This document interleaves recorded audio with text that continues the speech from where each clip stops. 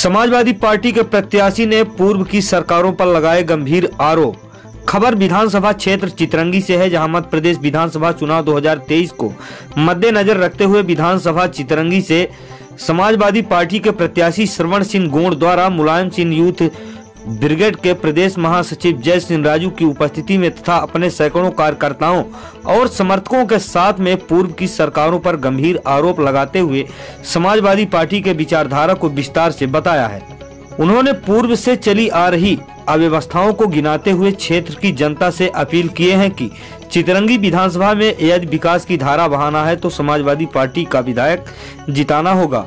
वहीं जयसिंह राजू ने आगे कहा कि समाजवादी पार्टी का विधायक जिस दिन बन जाएगा उस दिन चितरंगी क्षेत्र में विकास की गंगा बहेगी और छोटे से छोटे तबके के लोगों का ध्यान रखा जाएगा। पार्टी हमेशा छोटे से छोटे और बड़े से बड़े मध्यम वर्गीय लोगों को एक साथ लेकर चलने की मंशा रखती है और इस कार्य को लेकर हरदम तत्पर रहेगी।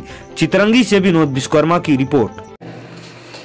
सर, आप जो है तो एजेंडा हमारे विचारधारा को जानने के लिए समय दिया, इसके लिए बहुत बहुत धन्यवाद। और मैं एक समाजवादी विचारधारा को लेकर जो है समाजवादी रीति नीति को समाज के अंदर परिवेश लाने के लिए आज करीब 13 साल से पैदल चलते चलते आज पार्टी जिम्मेदारी दिया है। और बहुत जिम्मेदारी के तहत जो है तो बहुत सारे यहाँ दिक्कतें हैं समाज के बीच में, और महंगाई, भ्रष्टाचार, शोषण, उत्पीड़न, बहुत सारे दिक्कतें हैं और इसको सुनने वाला कोई नहीं है। खाली बीजेपी और कांग्रेस अदला बदली के तौर पर जो है शासित करते आ रहे हैं। और यह ट्राइबल क्षेत्र है। इस ट्राइबल क्षेत्र में जो जाति समुदाय के लोग हैं वो सब ठेकेदारी ले लिए हैं और ठेकेदारी के माध्यम से जो है तो दबे कुचले, उत्पीड़ित, शोषित इन लोगों का कोई सुनवाई नहीं हो रहा है। इसलिए हम समाजवादी विचारधारा को यहाँ यदि स्थापित करेंगे तो पूरी तरह से शायद समाजवादी लोग जो यहाँ ट्राइबल क्षेत्र है, यहाँ के जो उत्पीड़ित लोग हैं और जो शोषित, दलित, कुचले, दबे हुए जो लोग हैं उनको शायद राहत मिल सकेगा। इसलिए हम समाजवादी विचारधारा को लेकर और समाज में स्थापित करने के लिए हम पूरी तरह से निरंतर संघर्ष करने के लिए संकल्पित हैं। शिक्षित बेरोजगारों के लिए, युवाओं के लिए, क्षेत्र विकास के लिए आपका क्या कदम होगा, क्या आपका एजेंडा है? यदि हमारा यहाँ सरकार होगा और हमारा यहाँ प्रतिनिधि होगा, चुन कर आएंगे तो उनके लिए बेरोजगारों के लिए रोजगार मिलेगा और यह भ्रष्टाचार जो है तो यह कम होगा, महंगाई भी कम होगा, बिजली जो है तो बिजली भी निःशुल्क मिलेगा, किसानों को सिंचाई भी निःशुल्क होगा और महिलाओं को भी नारी सम्मान मिलेगा और वृद्ध लोगों को भी वृद्धा पेंशन, जो पुराना कर्मचारियों को पुराना पेंशन है वो भी लागू कराया जाएगा। यही सब व्यवस्था है। बहुत सारे सिस्टम में परिवर्तन लाया जाएगा जो नकारात्मक है इन सरकारों से। इस चुनाव के पूर्व जो सरकारें थी उन्होंने जो कुछ योजनाएं लागू की है, तो आने वाले समय में जो चुनाव हो रहा है इसका क्या असर रहेगा?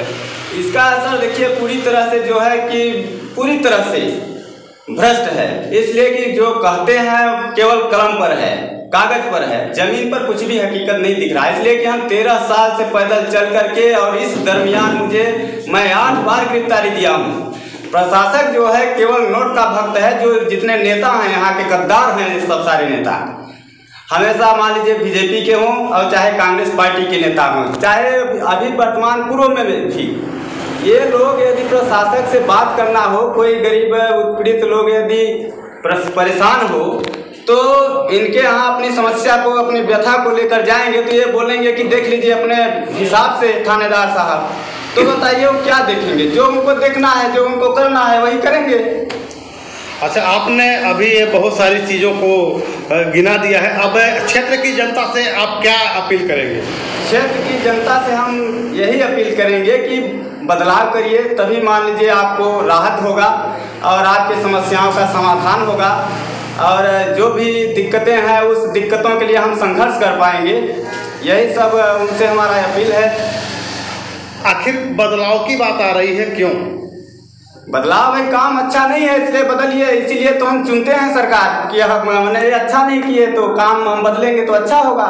तो क्या है, लोगों का जन समर्थन आपको कैसे सामने आ रहा है? हाँ, जन समर्थन तो काफ़ी मिल रहा है जनता के बीच में, और काफ़ी सारे लोग समर्थन में चल भी रहे हैं क्षेत्रों में साइकिल के माध्यम से, इसलिए कि हमारे पास अर्थव्यवस्था तो है नहीं कि अंबानी अदानी के जैसे झूठ बोलें और काम करें, कुछ बात कहें, कुछ ऐसा कोई व्यवस्था है नहीं। समाजवादी विचारधारा वो विचारधारा है जो जिसके लिए हम चाहे जो भी कुर्बानी देना पड़े, कुर्बान भी हो जाए तो उसके लिए कम ही है।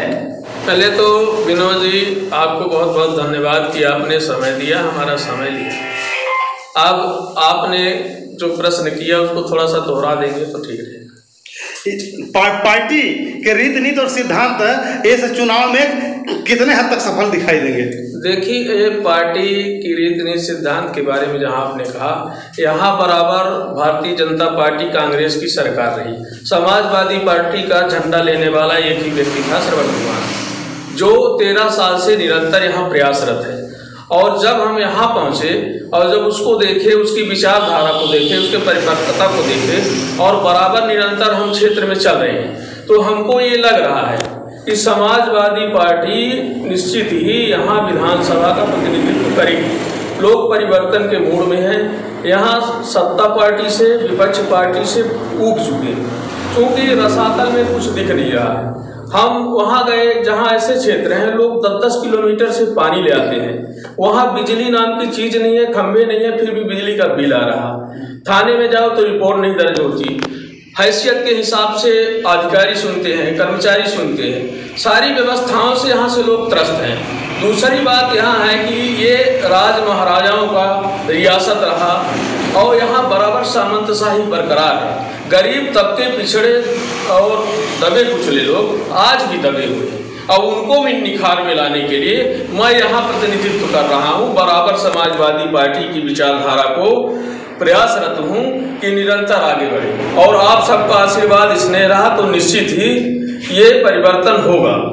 उसके विश्वास का कारण ये है कि देखिए, गरीब की कोई जात